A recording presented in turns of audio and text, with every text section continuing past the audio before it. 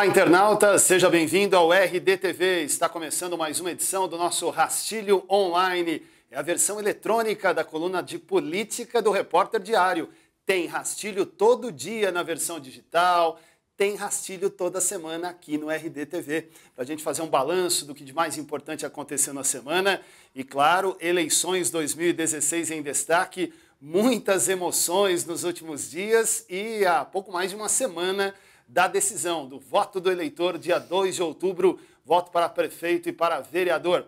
Vamos conversar aqui sobre muitos assuntos importantes, cumprimentando os repórteres do Repórter Diário, responsáveis pela produção da coluna Rastilho todos os dias, e também conosco no Rastilho Online, Carlos Carvalho. Tudo bem, Carlos? Tudo bem, Anderson? Tudo bem, Thiago? Tudo ótimo. E espero que seja tudo ótimo com você, internauta. É isso. Tiago Oliveira, muito bom tê-lo aqui com a gente de novo. Tiago. Salve, Anderson. Tudo bem? Oi, Carlos. Oi também é para você, caro internauta. Ó, e já está chegando às mãos dos leitores, prontinha, bonitinha, a revista do RD. RD em Revista, falando, claro, sobre as eleições 2016. E uma capa muito interessante, com uma pergunta básica, né? Por que mereço o seu voto? Um trabalho de fôlego da equipe do RD, buscando em cada um dos 50 candidatos a prefeito das 7 cidades da região, a resposta a essa pergunta, que é fundamental para que você tome também a sua decisão. Um elemento a mais para que o eleitor possa tomar a sua decisão. Então, boa leitura, acompanhe o RD Revista desse mês, com a possibilidade de você acompanhar tudo sobre as eleições 2016. Trabalho de fôlego, mas que dá orgulho quando ficar pronto, né, Tiago Oliveira? Com certeza, Anderson. Um dos principais objetivos dessa revista foi justamente levar de forma democrática as propostas de cada candidato, né? No meio de uma campanha, infelizmente, a gente tem uma discrepância entre os financiamentos, entre a estrutura dos candidatos. Muitas vezes as informações não chegam ao mesmo tempo para todo mundo, né? Tem gente que não tem nem fôlego para percorrer a cidade toda, enfim. Então, o grande objetivo dessa revista foi dar um espaço democrático para cada um dos candidatos, independentemente do tamanho. Se o partido é grande, se o partido é pequeno, não interessa. Ouvimos cada um dos candidatos, cada um dos postulantes dos prefeituráveis teve a oportunidade de fazer um resumo, né, das principais propostas em um texto curto para o eleitor saber, para funcionar como um guia do eleitor mesmo, né? Para quem não se decidiu ainda, pode ajudar na melhor decisão no dia 2 de outubro. Isso, porque dependendo do candidato, ele ia mandar uma resposta do tamanho de uma revista, né? Então a gente teve que limitar o espaço para que pudéssemos ter condições de oferecer ao leitor esta oportunidade de ler um texto compacto e aí tirar suas próprias conclusões. Fale sobre a participação. Teve a tua mão aqui também, né, Carlos? Também teve uma reportagem falando sobre o eleitorado, sobre o perfil do eleitor, né, em relação a 2012 e 2016, né? Aumentou o número de eleitores, ultrapassamos os 2 milhões de votantes aqui no ABC no próximo dia 2 de outubro. Vamos ver se vamos ter os 2 milhões exatamente nas urnas, se ninguém vai querer ir para a praia, vai querer viajar e não votar no próximo dia 2 de outubro. E esse perfil ele mostra que o eleitor, a escolaridade do eleitor aumentou.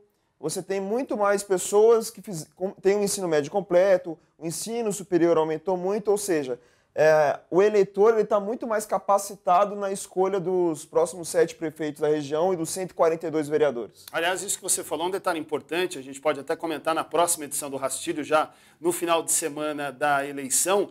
Alguns candidatos têm comentado exatamente isso, que um desafio é convencer o eleitor a votar nele. O segundo desafio é fazer o eleitor votar. Porque tem muita gente que realmente não quer saber, já decidiu que nem para a urna vai, nem para a zona eleitoral vai realmente passear, viu, cara? Parece muito a eleição americana, né? A eleição americana lá não tem obrigação de voto. Então os candidatos têm que fazer essas duas campanhas paralelas, né? A campanha dele e a campanha de pedir para que as pessoas votem e tal, para ajudar a eleger o candidato a presidente, por exemplo. Então aqui no Brasil, mesmo com obrigação, muitos especialistas consideram que a chance de abstenções, de votos nulos, brancos, chegam a 40%. Até porque depois ele pode justificar, né, a ausência na eleição. E é muito paga uma simples multa mínima, né, um pouco mais de R$3, se eu não estou enganado. E você imagina, com uma raiva que existe em torno do atual cenário político no Brasil, pode ser que isso aumente cada vez mais nessa próxima eleição. E nós temos dito aqui nas entrevistas, inclusive com os candidatos, a primeira eleição pós todo esse processo político que o Brasil viveu, impeachment, manifestações, ida à rua do povo, né, Tiago? O que dá para perceber, e acho que por isso se reflete nesses números de intenção de abstenção, de brancos e nulos, é um certo cansaço do eleitorado de falar de política. Porque nós tivemos aí um ano, ou até mais, um ano e meio, de intensos noticiários diários de política, de impeachment, de discussão. Então, o que eu vejo muita gente é cansada de ouvir falar de política, por mais importante que seja, Sim. e é realmente muito importante. Mas há uma impressão de uma certa estafa de tanto noticiário de política, por isso que muita gente está pensando em não votar ou votar Lula, mas o ideal é que tente escolher alguém na medida do possível. Né? É isso mesmo. Então, olha, o convite para você ler o RD em revista. E olha, tem aqui também em mãos o destaque do Repórter Diário, versão impressa, chegando às mãos dos leitores também esta semana, nesta sexta-feira. E a gente tem falado aqui de alguns temas que têm pautado as eleições. Né? Falamos no caso de Santo André, por exemplo, a falta d'água, né, que é um tema que tem sido muito debatido, e o transporte volta à pauta com essa decisão da Expresso Guarará de abandonar o transporte de Santo André. 15 linhas não serão mais operadas pela Expresso Guarará, Tiago? Isso mesmo, e linhas muito importantes que atendem a região da Vila Luzita. Muita gente utiliza os ônibus da Expresso Guarará para chegar ao centro de Santo André e a empresa tomou essa decisão. Na verdade, a Expresso Guarará está mal das pernas há um tempo já. Né? Já teve greve na Expresso Guarará em alguns momentos, porque não é de agora que a empresa vem atrasando salários. Recentemente, houve também uma ameaça de greve nova, porque os atrasos continuaram. Essa semana mesmo, né, os próprios trabalhadores estavam falando na possibilidade de realizar uma greve. E ontem a notícia de que a Expresso Guarará desistiu, vai pedir falência, né, realmente não vai mais operar na cidade e vai ficar até o dia 8 de outubro operando em Santo André. E depois? Pois é, a grande preocupação, o que vai acontecer depois? A prefeitura vai contratar uma empresa para operar de forma emergencial e, no segundo momento, abrir uma nova licitação para escolher uma outra empresa para operar essas 15 linhas. Então, o que a gente tem que ficar de olho é que a prefeitura faça essa transição da melhor forma possível, que o usuário não seja prejudicado.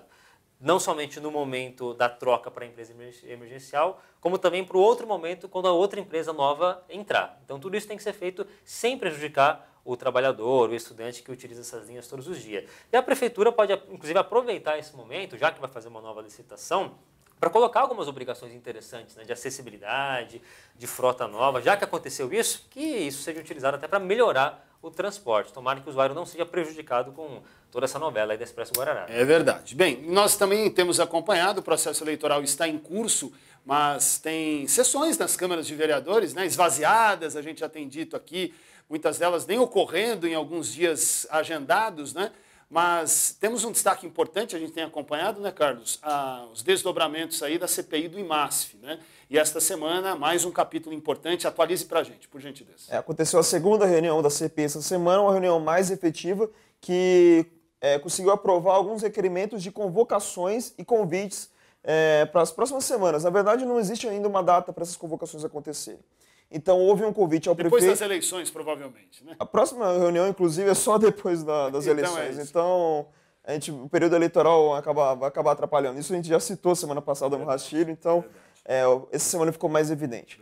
Então, aprovaram o convite ao prefeito Luiz Marinho, ou seja, ele não tem uma obrigação de participar da CPI, vai porque quer. Esse convite é mais para analisar qual foi a participação do governo em torno dos problemas que aconteceram no IMASF, e também foram convocados a atual superintendente do IMASF, a Glória Cono, o ex-superintendente Valdir Agla, que é o grande alvo das reclamações dos usuários, e também o Ronaldo Queiroga, que é diretor-presidente do Instituto Aqua, que foi um dos institutos que também tiveram muitos problemas com o IMASF.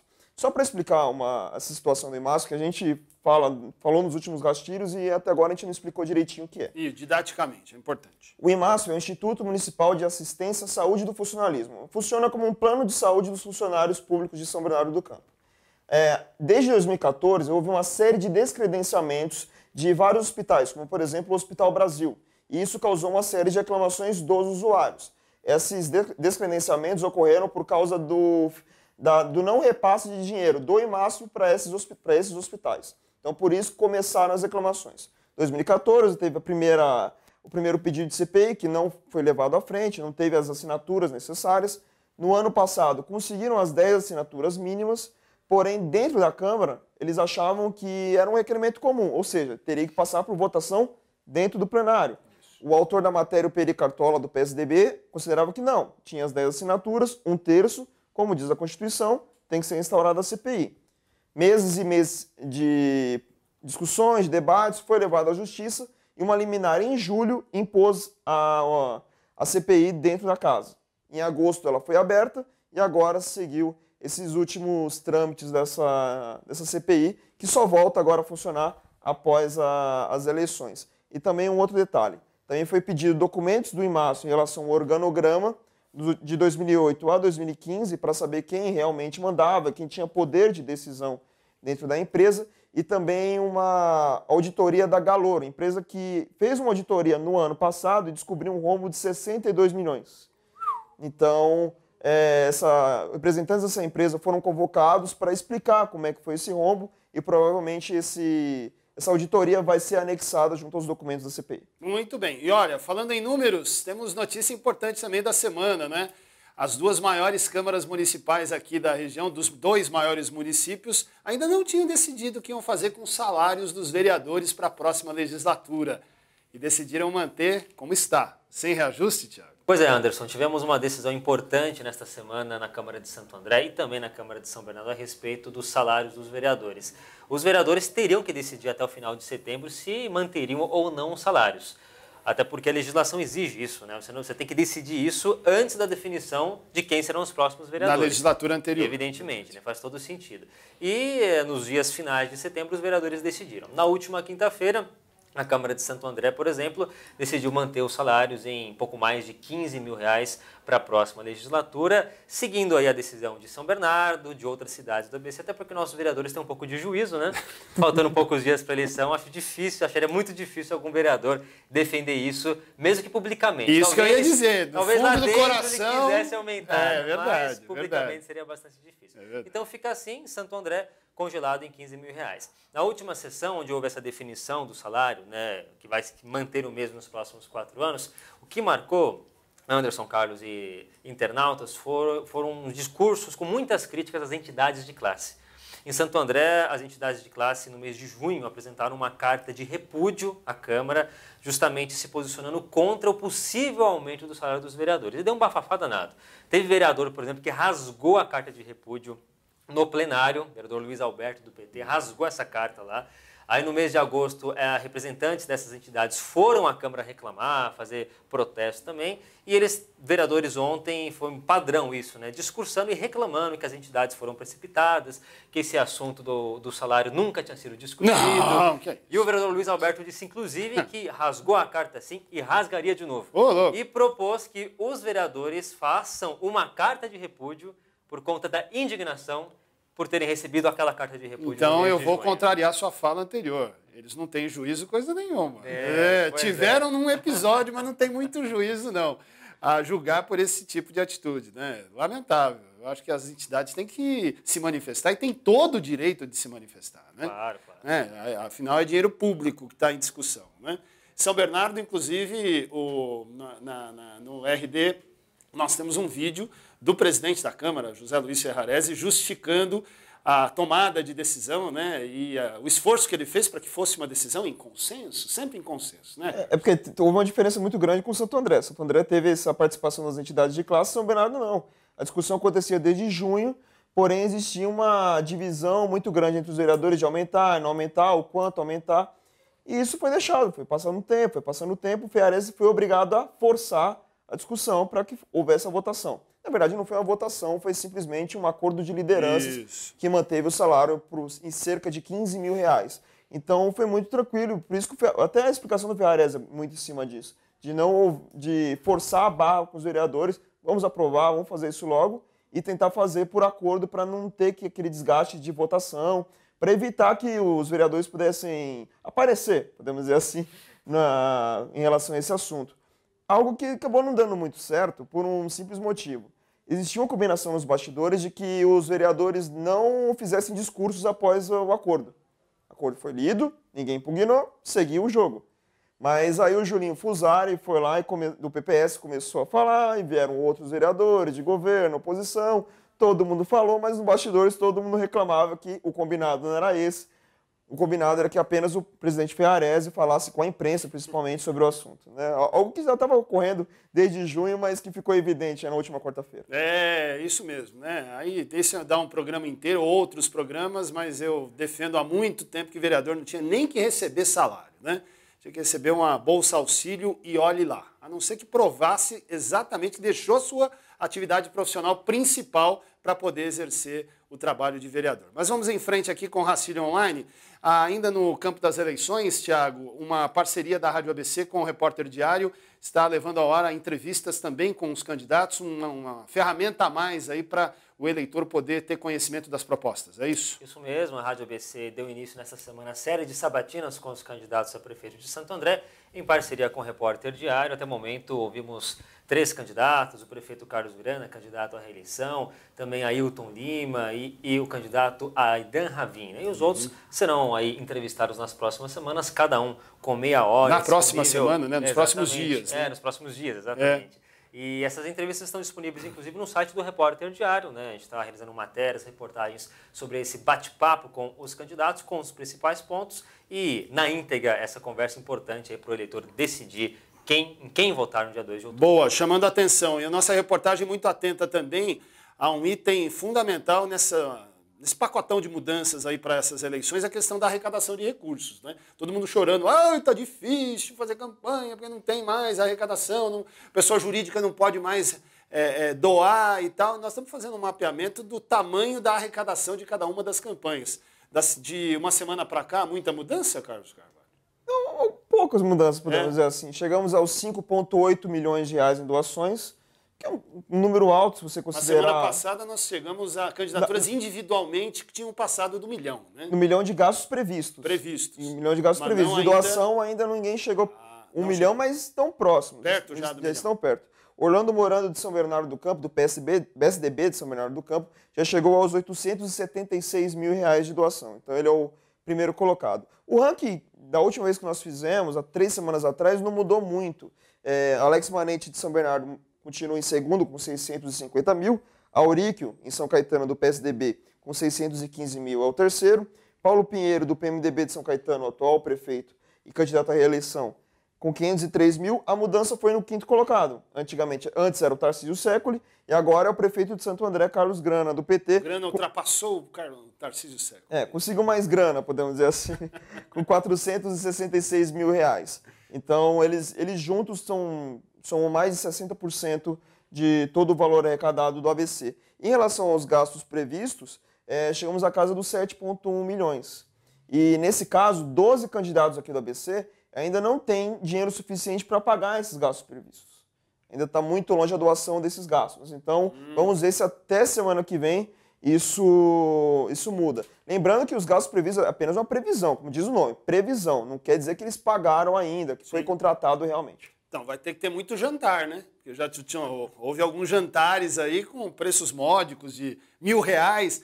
Há a informação de que semana que vem tem candidato que vai fazer jantar com preço de R$5.000 para participar do jantar, hein? Isso é um jantar caro, hein? Comidinha de ouro, assim. Tem que ser no mínimo a comida, né? O jantar para valer tanto dinheiro. Nossa, assim. Aí talvez eles cheguem ao patamar, ou equilibrem essa conta aí que você falou. Vamos ver se conseguem, né? Eu acho que vai ser difícil. Gente de bom coração para ir lá e pagar R$5.000 por um jantarzinho, né? Lembrando que até a próxima sexta-feira que podem fazer isso. Vamos falar com a direção do Repórter Diário, ver se consegue para nós. Nós, pobres mortais, não teremos condições, evidentemente. Bem, a produção já avisa que está acabando. Ô, Tiago Oliveira, fala da pesquisa Ibope de São Caetano, por favor, que essa gerou uma polêmica essa semana. Como é que foi? Rapidamente, pesquisa Ibope em São Caetano do Sul, os números mais recentes aqui da corrida pelo Palácio da Cerâmica. José Auríquio Júnior, do PSDB, aparece com 31% das intenções de voto. O prefeito Paulo Pinheiro aparece na sequência com 24%. Fábio Palácio alcançou 14%. Gilberto Costa, 9%. Lúcia Dalmas e Vadinho têm 2% cada. Márcio Delabella aparece com 1% e Sarajane não pontuou. Margem de erro de 4 pontos percentuais para mais ou para menos. Não sabem ou não responderam 7%. E brancos e nulos chegam a 10%. Tá, mas por que deu polêmica? Tudo certo? Mas uma polêmica aí porque alguns jornais que foram veiculados em São Caetano logo após esse anúncio dos números mostravam números diferentes do original, né? Auríquio com 33% ao invés de 31%. Depois até a campanha do Auríquio reconheceu o erro, disse que foi um erro de impressão, que não foi nada intencional, né? Mas deu muita polêmica por conta disso, porque... Mas sempre erra para cima, né? Interessante. Para baixo não erra, né? Então o material do Eurico acabou divulgando um número 2 pontos acima do que era originalmente divulgado. Não, e o que fez com que saísse da margem de erro da pesquisa e fizesse com que a própria manchete do jornal do candidato exaltasse o fato de que ele venceria as eleições se as eleições fossem hoje. Exatamente. Liderar, que ele lidera, em primeiro lugar. No limite assim, da margem de erro, puxando bem 4 pontos para cima ou para baixo, você dá empate técnico. Você pode considerar empate técnico. Com 33% não. Não, é essa a questão, né? Tá bom, olha, tem muita coisa interessante para acontecer nos próximos dias. Tiago, muito bom tê-lo aqui, grande abraço, até a próxima e vamos seguir o trabalho aí. Vamos seguir que a semana vai ser de muito trabalho, que são dias decisivos da eleição. Valeu, Anderson, um abraço. Carlos, um abraço para você, internauta. Carlos Carvalho, grande abraço, bom trabalho, meu caro. Foi bom tê-lo aqui, viu? Valeu, Anderson, valeu, Thiago, valeu, internauta. Só um último destaque, Sindiserve de São Bernardo, eleições marcadas para o final de outubro, a 4ª tentativa de tentar eleger a nova diretoria. Isso, mais informações em todas as plataformas do Repórter Diário, digital, redes sociais, no impresso, na revista, aqui você não perde nada. E também você, internauta, tem a oportunidade de estar com a gente toda semana no Rastilho Online. Semana que vem, já no final de semana da eleição. Muito bom ter vocês com a gente. Muito obrigado pela audiência. Grande abraço. Mais informações em repórterdiario.com.br. Tchau.